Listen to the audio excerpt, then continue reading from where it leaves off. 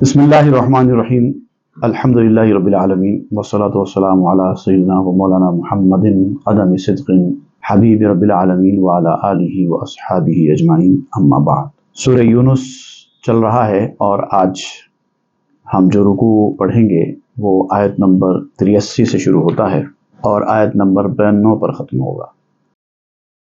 اس رکوع میں گزشتہ رکوع کے ساتھ جو لنک ہے میں پہلے آپ کو وہ بتا دوں کہ جو گزشتہ ہم نے پڑھا تھا، ان اللہ لا یصلح عمل المفسدین، اللہ تعالیٰ فساد برپا کرنے والے، سرکش اور اندر سے جس کا باطن خراب ہوتا ہے، ایسے شریر لوگ ان کو کبھی سدھارتا نہیں ہے۔ سدھارنا اللہ تعالیٰ کی ایک صفت ہے اور وہ جس کو چاہتا ہے سدھار دیتا ہے، چاہے وہ کتنا ہی برا کیوں نہ ہو۔ لیکن جب اندر سے خرابی ہوتی ہے، باطن ہی خراب ہوتا ہے، اس کا ضمیر ہی خراب ہوتا ہے، اس کی سرشت ہی خراب ہوتی ہے، سرکشی والا ہوتا ہے، اس کو اللہ تعالیٰ کبھی ہدایت نہیں دیتا۔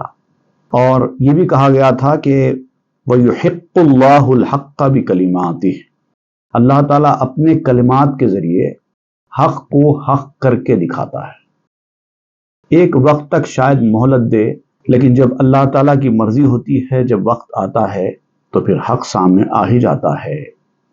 وَلَوْ كَرِهَ الْمُجْرِمُونَ، چاہے مجرم لوگ اس کو کتنا ہی ناپسند کریں، کتنا ہی اس کو ٹالنے کی کوشش کریں، وہ وقت نہیں ٹلے گا۔ مہلت جب دی جاتی ہے نا تو لوگ یہ سمجھنے لگتے ہیں اس مہلت کو دیکھ کر کہ اللہ تعالیٰ کچھ نہیں کرنے والا۔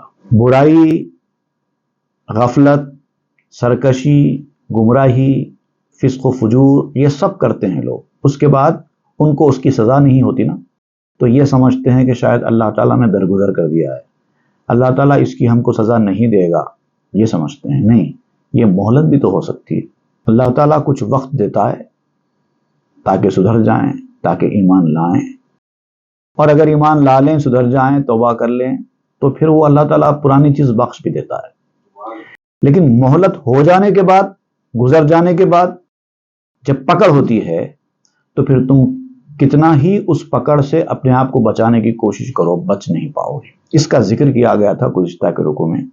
اب موسیٰ علیہ السلام اور فرعون کا یہاں پر تذکرہ ہو رہا ہے۔ اعوذ باللہ من الشیطان الرجیم۔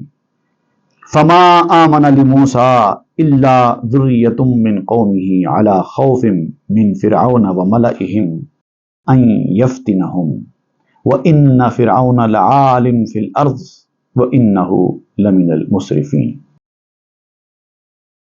موسیٰ علیہ السلام پر ایمان لانے والوں کی تعداد بہت کم تھی، تو اللہ تعالیٰ فرماتا ہے کہ فرعون اور اس کے سرداروں سے ڈر کر، خوف میں آ کر، یہ جانتے ہوئے بھی کہ موسیٰ حق پر ہیں، اللہ کے نبی ہیں، خوف کے مارے چند لوگوں کے سوا کوئی ایمان نہیں لایا۔ موسیٰ علیہ السلام کی قوم اور اس قوم کی اولاد میں، اس کی ذریت میں، کم عمر بچوں کے سوا، نوجوان بچوں کے سوا اکثریت نے ایمان کو قبول نہیں کیا۔ تو ان میں سے بہت سارے ایسے تھے جو دل سے ایمان لاتے تھے، جانتے تھے کہ یہ راستہ حق کا ہے، لیکن ڈرتے تھے، کیونکہ فرعون جس طرح کا حکمران تھا، ظالم، طاقتور، بہت سارے لوگوں کے ایمان اور تقوی اس مرحلے پر آ کر شیک ہو جاتے ہیں، پتہ نہیں وہ کیا کر دیں گے، حق کا راستہ چھوڑ دیتے ہیں ڈر کر لوگوں سے۔ خاص طور سے جب طاقتور آدمی ہوتا ہے، مالی اعتبار سے، جسمانی اعتبار سے، دبدبے کے اعتبار سے، اقتدار کے حوالے سے، کسی بھی اعتبار سے، جب طاقتور آدمی ہوتا ہے اور وہ اپنا دبدبہ بناتا ہے تو اس دبدبے کے تحت لوگ آ کر دب جاتے ہیں، حق کو چھپا بیٹھتے ہیں، اپنے آپ کو بچا لو بھائی، کہاں اس مصیبت میں جاتے ہیں، اس طرح کا طریقہ اختیار کرتے ہیں۔ تو یہ قوم نے بھی اسی طرح کیا تھا، کہیں ان کو وہ بہکا نہ دے، کہیں ان کے ساتھ وہ دشمنی نہ کرے، کیونکہ وَإِنَّ فِرْعَوْنَ لَعَالٍ فِي الْأَرْضِ، اور واقعی فرعون بڑا سرکش بادشاہ تھا ملک میں۔ اب اللہ تعالیٰ خود کہہ رہا ہے کہ وہ اتنا سرکش اور اتنا طاقتور تھا کہ کانپ جاتے تھے لوگ اس کو۔ ابتدا میں تو وہ اپنے آپ کو بہت بڑا حکمران قرار دیتا تھا، لیکن جب اس کو یہ خیال ہوا کہ کبھی بھی لوگ پلٹ سکتے ہیں، بغاوت کر سکتے ہیں، سرکشی کر سکتے ہیں، اس کی حکمرانی خطرے میں پڑ سکتی ہے، تو اس نے نیا شوشہ چھوڑا، خدائی کا شوشہ، تاکہ لوگ ڈر کر رہیں۔ خدا سے تو کوئی بغاوت نہیں کرے گا نا، تو بغاوت کو ٹالنے کے لیے اس نے خدائی کا دعویٰ کر دیا۔ تو اس قدر شدت کا حکمران تھا کہ لوگوں کے اوپر ظلم بھی کرتا تھا تو ظلم بھی شرما جائے، اس قدر شدت کا ظلم کرتا تھا۔ وَإِنَّهُ لَمِنَ الْمُسْرِفِينَ، اور واقعی وہ حد سے گزرنے والوں میں سے تھا، جو اس کے لیمٹس تھے بشر ہونے کے اعتبار سے، بندہ ہونے کے اعتبار سے، سارے لیمٹس اس نے کراس کر دیے تھے۔ وقال موسیٰ یا قومی ان کنتم آمنتم باللہ فعلیہ توکلوا ان کنتم مسلمین۔ اب جب لوگوں نے فرعون سے ڈر کر حق کا راستہ اختیار نہیں کیا، پس و پیش کرنے لگے، تو موسیٰ علیہ السلام نے قوم سے کہا کہ اے میری قوم، تم ایک طرف تو کہتے ہو کہ تم ایمان لائے ہو، دوسری طرف ڈرتے ہو۔ یاد رکھو، اگر تم ایمان لائے ہو، واقعی اگر تم مومن ہو، اللہ تعالیٰ پر ایمان لانے والوں میں تمہارا شمار ہے، تو تمہاری پہلی ذمہ داری یہ ہے کہ بھروسہ بھی اسی پر کرو۔ ایمان تو اللہ پر ہے، اس کو خدا مانتے ہیں، اس کو قادر مطلق مانتے ہیں، یہ جانتے ہیں کہ اللہ کی مرضی کے بغیر کچھ نہیں ہو سکتا، ساری طاقت اسی کی ہے، پھر بندوں سے کیوں ڈرتے ہو؟ اس کا مطلب یہ کہ تمہارا ایمان کمزور ہے اور تم کو توکل کی دولت حاصل نہیں ہے۔ ان کنتم مسلمین، اگر تم سچے مسلمان ہے تو تم کو اللہ پر ہی بھروسہ کرنا چاہیے، دنیاوی لوگوں سے نہیں ڈرنا چاہیے۔ فقالوا علی اللہ توکلنا، تو انہوں نے سب مل کے عرض کیا کہ نہیں، ہم تو اللہ پر ہی بھروسہ کرتے ہیں۔ تو جب اللہ پہ بھروسہ کرتے ہیں تو پھر ڈرتے کیوں ہیں ان لوگوں سے؟ ربنا لا تجعلنا فتنة للقوم الظالمین، اب انہوں نے دعا کی کہ واقعی موسیٰ سچ کہہ رہے ہیں، جب ہم ایمان لانے والے ہیں تو ہم کو اللہ کے سوا کسی پر بھروسہ نہیں کرنا چاہیے۔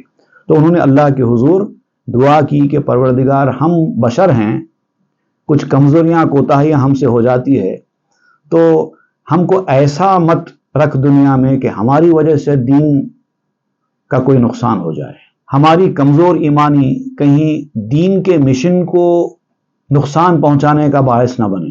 کیونکہ ہوتا کیا ہے، کچھ مشن پر عمل کرنے والے لوگ جب کوتاہیاں کرتے ہیں، ان سے کچھ غلطیاں سرزد ہوتی ہیں، تو دیکھنے والا کہتا ہے کہ یہ ایسے لوگ ہوتے ہیں، اس سے کیا ہوتا ہے، کاز کو نقصان پہنچتا ہے۔ دین کا معاملہ ہی نہیں، کسی بھی مقصد میں آپ دیکھ لیجئے، اگر آپ کسی کاز سے جڑے ہوئے ہیں، وہاں پر آپ سے کچھ کوتاہیاں ہو رہی ہیں اور لوگ دیکھ رہے ہیں، تو سیدھا کاز کو نقصان پہنچتا ہے۔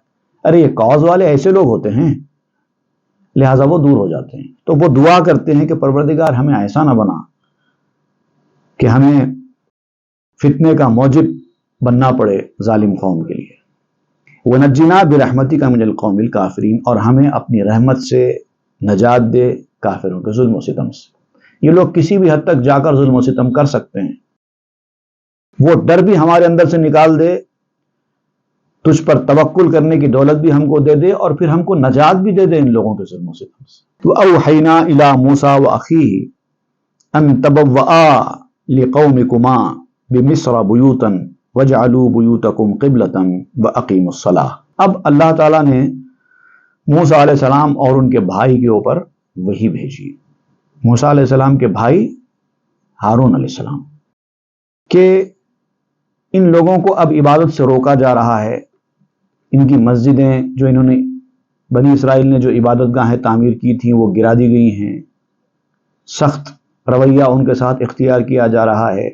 تو اب کیا کریں، یہ لوگ اپنے گھر میں ہی نماز پڑھا کریں، گھروں کو ہی قبلہ بنا لیں، گھر ایسے تعمیر کریں، ان کو گھر فراہم کرو، گھر بنا کے دو جو ایمان والے لوگ ہیں، تاکہ فرعون کے ظلم و ستم سے یہ بچ سکیں، اور گھروں میں ہی ایسے گھر بناؤ کہ وہاں پر قبلہ واضح طور پر ان کے سامنے ہو، تاکہ وہ ایسی مجبوری کی حالت میں گھروں میں ہی نماز ادا کر سکیں۔ لیکن نماز تو بہرحال ادا کرنا ہوگا، اسی سے ان کو طاقت حاصل ہوگی۔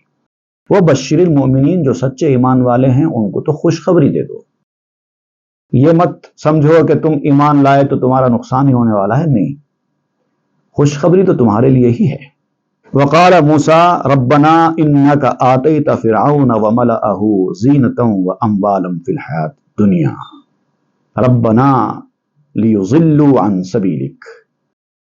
اب موسیٰ علیہ السلام نے اللہ تعالیٰ کی بارگاہ میں عرض کیا کہ ہمارے پروردگار، ہمارے رب، فرعون کو اور اس کے سرداروں کو تو نے سب کچھ دے کر نواز دیا، سامان، مال، دولت، آرائش، زیبائش، دنیا کی زندگی میں کر و فر، نوکر چاکر، ریسورسز، مینز، ویلتھ، ہر چیز تو نے ان کو دے دی ہے، اور یہ لوگ تیری دی ہوئی چیزوں کو استعمال میں لا کر فتنہ فساد برپا کر رہے ہیں اور اسی کے ذریعے لوگوں کو گمراہ کرنے کا کام کر رہے ہیں۔ دیا ہوا تیرا اور یہ تیرے ہی خلاف استعمال ہو رہا ہے، تیرے ہی دین کے خلاف استعمال ہو رہا ہے۔ ربنا اطمس علی اموالہم، اب موسیٰ علیہ السلام نے فائنل دعا کی کہ پروردگار ان کے مالوں کو برباد کر دے، یہی سب سے بڑا فتنہ ہے، جو آرام و آسائش تو نے ان کو دے رکھی ہے وہی چھین لے۔ وشدد علی قلوبہم، اور ان کے دلوں کو اتنا سخت کر دے، فلا یؤمنوا، تاکہ وہ بعد میں بھی ایمان نہ لا سکیں، حتی یروا العذاب العلیم، یہاں تک کہ وہ دردناک عذاب کو خود اپنی آنکھوں سے نہ دیکھ لیں۔ دیکھیے ہوتا کیا ہے، آدمی جب برائی کے راستے پر جاتا ہے، وہ سچے دل سے توبہ کرتا ہے تو اللہ تعالیٰ پوری برائیوں کو معاف کر دیتا ہے۔ جب انسان کفر کے راستے پر ہوتا ہے تو کفر کے دوران وہ جتنی غلطیاں کرتا ہے، ایمان لانے کے بعد ان کا نام اعمال زیرو ہو جاتا ہے، پوری گندگیوں کو، پوری برائیوں کو اللہ تعالیٰ معاف کر دیتا ہے۔ ایمان ایک ایسی چیز ہے کہ پرانے سارے بدعمالیاں میٹ دیے جاتے ہیں۔ اب اتنا ظلم و ستم وہ لوگ کر رہے ہیں، اتنی سرکشی کر رہے ہیں، اگر یہ زندگی کے کسی وقت پر بھی ایمان لے آئیں تو ان کی پرانی سرکشیاں پوری معاف ہو جائیں گی، لہٰذا اب ان کو ایسا چھوڑنا نہیں ہے۔ تو دعا کی بھی تو ایسی دعا کی کہ ان کو برباد کر دے اور ایسا دلوں کو سخت کر دے کہ یہ لوگ ایمان لا ہی نہ سکیں۔ اب یہ ایسی بددعا تھی، سخت قسم کی بددعا تھی اور نبی کی تھی۔ اب دیکھیے اللہ تعالیٰ کیا فرماتا ہے، قال قد اجیبت دعوتکما فاستقیما ولا تتبعان سبیل الذین لا یعلمون۔ اللہ تعالیٰ نے فرمایا، اے موسیٰ، تمہاری اور ہارون کی دونوں کی یہ دعا قبول کر لی گئی ہے، اب تمہارا کام یہ ہے کہ تم دونوں ثابت قدم رہو، کیونکہ اللہ تعالیٰ جب دعا قبول کرتا ہے تو فوری نہیں قبول کرتا، کچھ وقت بھی ہوتا ہے اس کا۔ دعا قبول ہونے کے بعد اللہ تعالیٰ اپنے حساب سے، اپنی حکمت کے تحت جو مناسب وقت لگتا ہے اس وقت عذاب نازل کرے گا، اس وقت تک تم کو ثابت قدم رہنا ہوگا۔ ان لوگوں کی ظلم و زیادتیاں اور بڑھتی جائیں گی، اس کو برداشت کرنا ہوگا۔ وَلَا تَتَّبِعَانِ سَبِيلَ الَّذِينَ لَا يَعْلَمُونَ، جو لوگ جاہل ہیں ان لوگوں کا ایک طریقہ ہوتا ہے، ہر چیز میں جلدی کرتے ہیں، تم ان کا راستہ اختیار مت کرو۔ ہم نے دعا کی قبول نہیں ہو رہی ہے، ہم نے دعا کی ابھی قبول نہیں ہو رہی ہے، یہ جاہلوں کا طریقہ کار ہے۔ تم نے دعا کی، ہم نے کہہ دیا کہ ہم نے قبول کر لی، اب جب اس پہ ہم کو عمل کرنا ہوگا ہم کر دیں گے، تب تک تم کو صبر کے ساتھ رہنا ہوگا۔ وَجَاوَزْنَا بِبَنِي إِسْرَائِيلَ الْبَحْرَ فَأَتْبَعَهُمْ فِرْعَوْنُ وَجُنُودُهُ بَغْيًا وَعَدْوًا، سورہ بقرہ میں اور سورہ الاعراف میں فرعون اور اس کی قوم کے ہلاک ہونے، غرق ہونے کی تفصیل ہم پڑھ چکے ہیں۔ یہاں پر ایک اشارتاً یہ بیان کیا جا رہا ہے کہ ہم نے بنی اسرائیل کو سمندر سے بچا لیا، آرام سے وہ سمندر کراس کر کے نکل گئے۔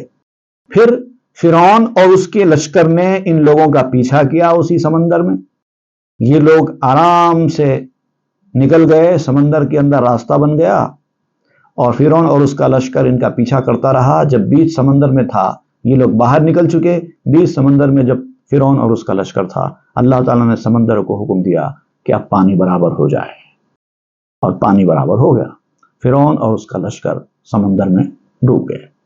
حتی اذا ادرکہ الغرق قال آمنت انہ لا الہ الا الذی آمنت بہ بنو اسرائیل وانا من المسلمین۔ اب فرعون نے پکارا جب سمجھ میں آ گیا کہ یہ حکومت، یہ خدائی کے دعوے اب کسی کام میں آنے والے نہیں ہیں، اب ہلاکت آنکھوں کے سامنے دکھائی دے رہی ہے، تو بہت مایوس ہو گیا، اپنی سلطنت، اپنی طاقت، ہر چیز سے مایوس ہو کر کہنے لگا کہ بنی اسرائیل جس خدا کو اپنا خدا مانتے ہیں، میں بھی اسی خدا پر ایمان لاتا ہوں، اور میں اعلان کرتا ہوں کہ میں آج سے مسلمانوں میں ہوں۔ اسلام لانے کا اور ایمان لانے کا فرعون نے سمندر میں غرق ہوتے ہوتے اعلان کر دیا۔ الآن وقد عصیت قبل وکنت من المفسدین، اب اللہ تعالیٰ نے جواب دیا، اے فتنہ و فساد برپا کرنے والے، جب تو فتنہ و فساد برپا کر رہا تھا، نافرمانیاں کر رہا تھا اس سے پہلے، اس وقت یہ کیوں یاد نہیں آیا؟ اب ایمان لا رہا ہے، جب اپنی آنکھوں کے سامنے عذاب کو آتا ہوا دیکھ رہا ہے تو اب ایمان لاتا ہے۔ اب ایمان قابل قبول نہیں ہوگا۔ موسیٰ علیہ السلام اور ہارون علیہ السلام نے یہی تو سوچا تھا کہ یہ کبھی بھی ایمان لا لے گا ڈر کے، پھر اس کی ساری پرانی سرکشیاں معاف ہو جائیں گی، اسی لیے تو یہ دعا کی تھی، لیکن نبی کی دعا اللہ نے قبول کر لی تو اب اس کو ایمان کی توفیق تو ملنے والی نہیں تھی۔ فَالْيَوْمَ نُنَجِّيكَ بِبَدَنِكَ لِتَكُونَ لِمَنْ خَلْفَكَ آیَةً، اب اللہ تعالیٰ نے فرعون کو آواز دے کر کہا، اے فرعون اب تیرے بچنے کا تو کوئی سوال نہیں ہے، تو غرق ہوگا، لیکن ہم تیرے بدن کو غرق ہونے نہیں دیں گے۔ ورنہ سمندر میں جب کوئی آدمی غرق ہوتا نا تو لاش کہیں سمندر کے ساتھ بہہ جاتی ہے یا پھر مچھلیاں کھا جاتی ہیں، کہاں سے ملتی ہے سمندر میں غرق ہونے والے کی لاش؟ لیکن اللہ تعالیٰ نے فرمایا نُنَجِّيكَ بِبَدَنِكَ، تیرے بدن کو ہم بچائیں گے، لِتَكُونَ لِمَنْ خَلْفَكَ آیَةً، تاکہ تمہارے بعد جو لوگ آئیں گے قیامت تک ان کو تیری لاش عبرت کا سامان فراہم کرتی ہے۔ اور آج تک بھی فرعون کی لاش موجود ہے ممی کی شکل میں۔ یہ ہے معجزہ، قرآن نے کہہ دیا اب تک فرعون کی لاش موجود ہے مصر میں۔ وَإِنَّ كَثِيرًا مِّنَ النَّاسِ عَنْ آيَاتِنَا لَغَافِلُونَ، لیکن حقیقت بات یہ ہے، سچ یہ ہے کہ ہم اتنی نشانیاں دے رہے ہیں لوگوں کو ایمان کے لیے، لیکن اکثریت اب بھی غفلت میں ہے۔ اللہ تعالی ہم کو ان غفلت کرنے والوں سے دور رکھے اور غفلت سے محفوظ رکھے۔ صدق اللہ العظیم وصدق رسولہ النبی الامین الکریم ونحن علی ذلک من الشاہدین والشاکرین، آمین والحمد للہ رب العالمین۔